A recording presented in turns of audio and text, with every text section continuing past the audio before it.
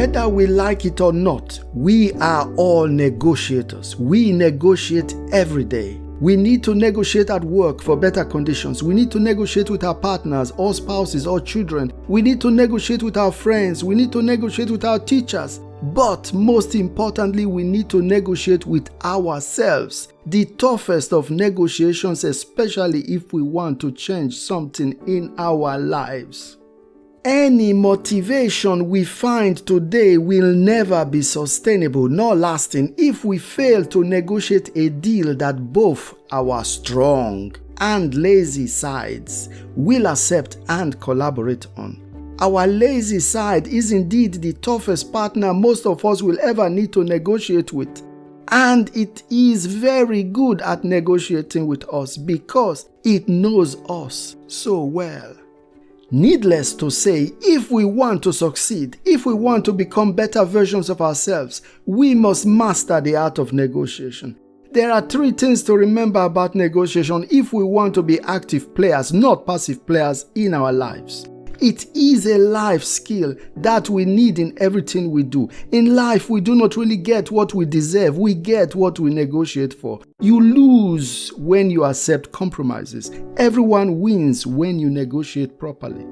Almost all negotiation seminars or courses you attend today will start with the story of the 18 camels. In this video, we will give a summarized version of the story and talk about its significance. Then, talk about 4 of the practical negotiation principles commonly known as the Howard Principles of Negotiations. These 4 principles are very easy to remember in everyday negotiations. Actually, there is nothing better out there.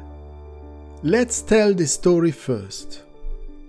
An old man, let us say, he was retiring. One day called his 3 sons and said, "My children, I am now very old and wish to retire. So it is time to share our 17 camels. But you must share the camels exactly as I tell you. You, my eldest son, worked very hard. Take a half of the camels. You, my middle son, just started to help out in the business. Take a third of the camels. And you, my youngest son, did nothing so far. But since you have good intentions, take a 9th of the camels." Let us say after the big retirement party, the father left on a round-the-world trip, and the sons came together to share the 17 camels exactly as their father told them. But there was a problem. The first son could not take half of the camels because 17 does not divide so well by 2. The second son could not take a third of the camels because 17 does not divide well by 3. And the third son could not take a 9th of the camels because 17 does not divide well by 9. So they argued and argued for many days. There seemed to be no way to honor the last wish of their father. Many alternatives were offered by family, by friends, by other villagers, but the brothers could not agree. As good chance would have it, a wise man passing the village heard of this dilemma facing the 3 sons and offered to help.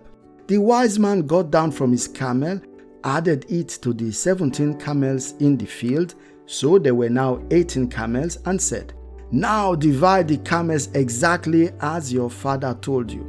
With 18 camels, the first son was able to take exactly half of the camels. He walked away with 9 camels. The second son walked away with 6 camels, which was exactly a third of 18. The third son walked over and took 2 of the camels, which was exactly a 9th of 18. Surprisingly, there was 1 camel left over after the sons walked away satisfied with their share of the camels. The wise man went to the last camel, which happened to be his camel, and continued on his journey. Indeed, if you add up the camels shared by the brothers, you end up with 17, which is exactly the 17 camels their father originally left them with. So what happened, and what connection does this story have with negotiation? What happened is that the 3 sons got into a negotiation but remained at loggerheads with each other. They had a complex problem they could not solve themselves, but which a third party, a mediator, could find a solution for easily and quickly. Depending on who you speak to, there are two popular interpretations of this story. The most popular interpretation is from conflict negotiators and especially psychologists, who will tell you that the 18th camel represents the help of a negotiator or a psychologist who is not part of your life but appears when there is a problem, solves it, then disappears. Just like a catalyst in a chemical reaction, it accelerates the reaction but does not take part in it.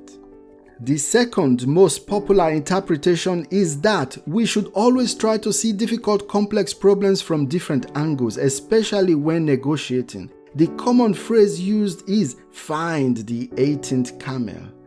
Now, if we were to summarize both interpretations, the 18th camel's story tells us that some complex problems may need outside help to solve them, and in every case, we must look at the problem from a new perspective.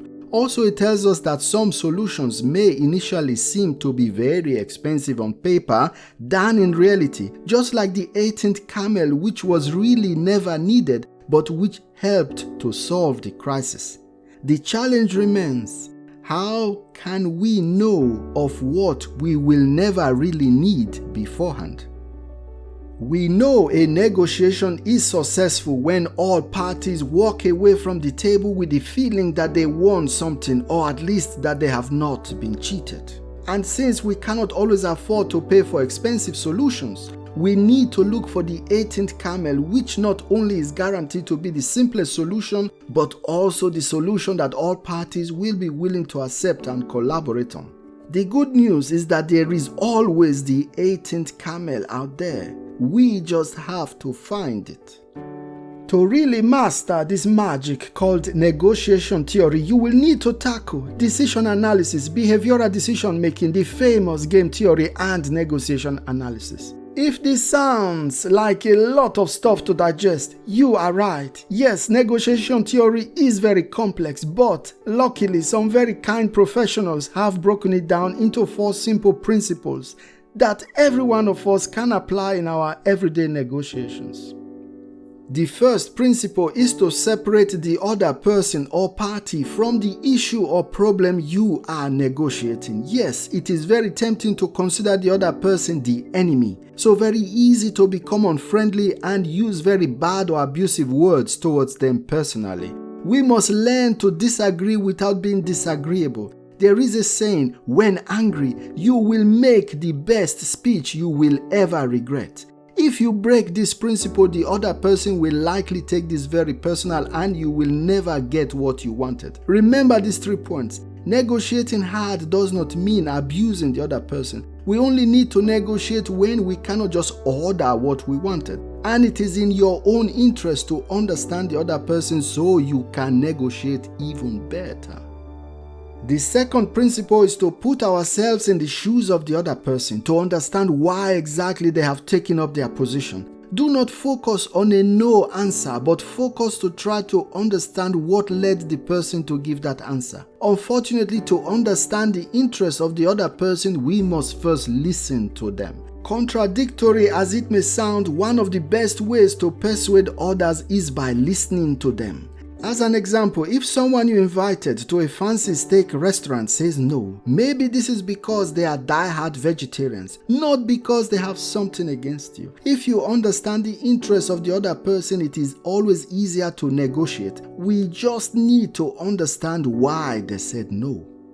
The third principle of negotiation is to delay implementing any solutions without first talking and listening to all the parties involved. The third principle insists that we should first develop a set of criteria to be fulfilled by a solution we can all agree to. This third principle prevents that we implement a quick and dirty compromise solution instead of finding that win-win solution which we know always exists. If next time you cannot agree with your friends which movie to watch, first get everyone to provide their criteria for a good movie. The theoretical win-win solution would be the solution that fulfills all criteria of all parties. Sometimes you find out that the movie itself was not the reason, rather the location of the cinema or the inconvenient time the movie starts or ends.